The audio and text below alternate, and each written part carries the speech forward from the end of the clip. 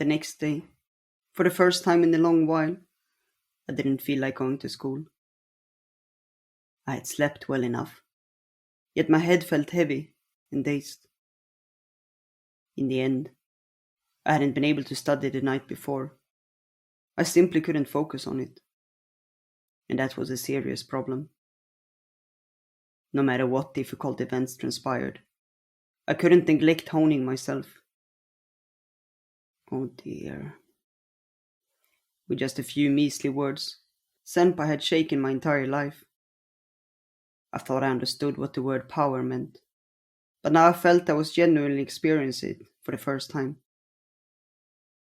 Trying to avoid raising suspicions from my family, at least, I did my best to seem normal as I put on my shoes at the entrance. While I was doing that, the piebald cat appeared, as though to see me off. The two cats each looked slightly like my grandparents, in their own way, I thought.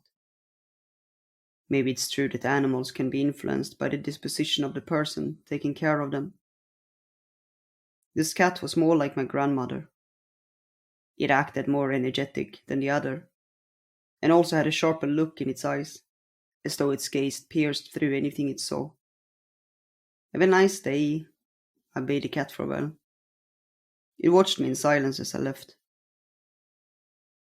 I've often hoped for the train to come quickly to take me to school. But this was the first day I ever wished for the train to have a 6-hour delay. Senpai was obviously going to be at school, but we weren't in the same grade, and she had retired from club activities, so we probably wouldn't run into each other, unless we deliberately tried to find one another. What will I do if she comes to see me, though? I hope that my concept of a little time wasn't too different from Senpai's as I gazed out the window. My mood had no effect on the clear blue sky whatsoever. Even when I got to the classroom, I couldn't escape the haze in my mind. I felt like people around me could tell there was something different about me, and worried they might be staring. But if I tried to check, it would seem even more suspicious, so all I could do was concentrate on feigning ignorance. As I kept my head down and took notes from the board, I inadvertently recalled Senpai's voice. I wondered if she was feeling the same way during her own classes. Was she nervously awaiting my response?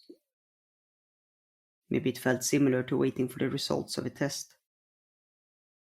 When I imagined Senpai like that, I knew I couldn't leave her waiting for too long, even if I did want to. As I brooded again, I started to pitch forward, the top of the desk spreading out before my eyes. Then I abruptly righted myself in my seat. If I stopped concentrating for a moment, even in the middle of class, my head would end up full of thoughts about Senpai. Hardly anything the teacher said at the blackboard got through to me. Much to my shock, it was almost as though I was love-struck already. I shook my head and tried to forget about Senpai for the time being, but to little avail. Try as I might to look at my notes, the same thoughts wound up racing through my mind. As this state continued through the first hour of school, and then the second, my anxiety continued to grow. I was in no state to be in class. If this kept up, it would certainly affect my grades. I had to do something. But what did I want to do, exactly? I felt a sense of discomfort, anxiety, and confusion.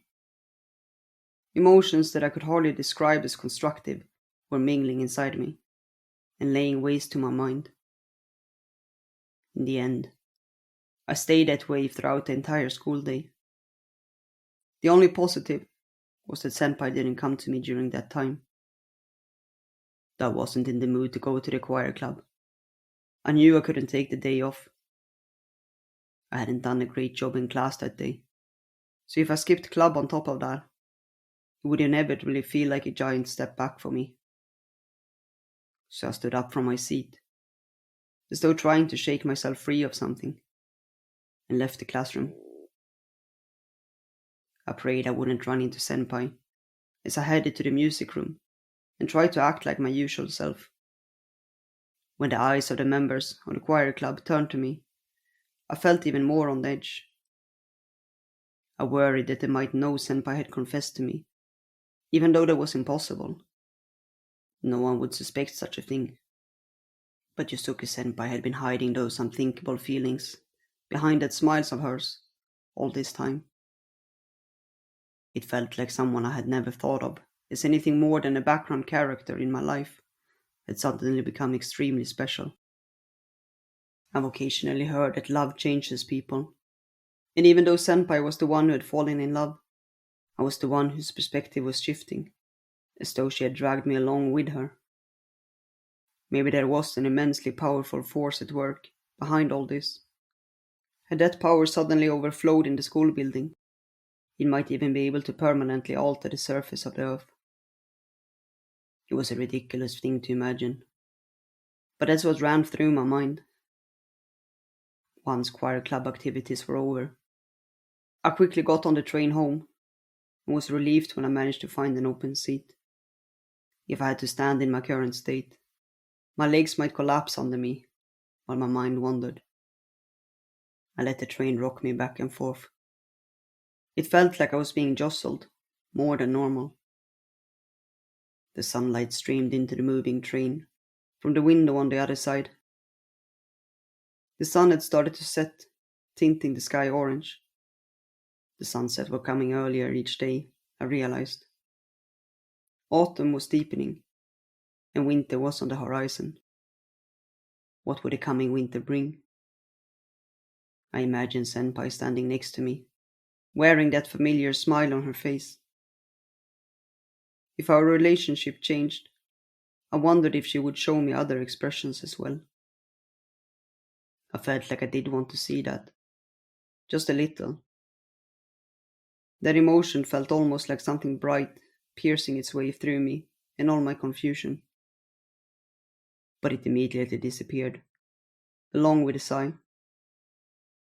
I felt futility, despair, utter misery, really. I had spent the whole day thinking about Senpai.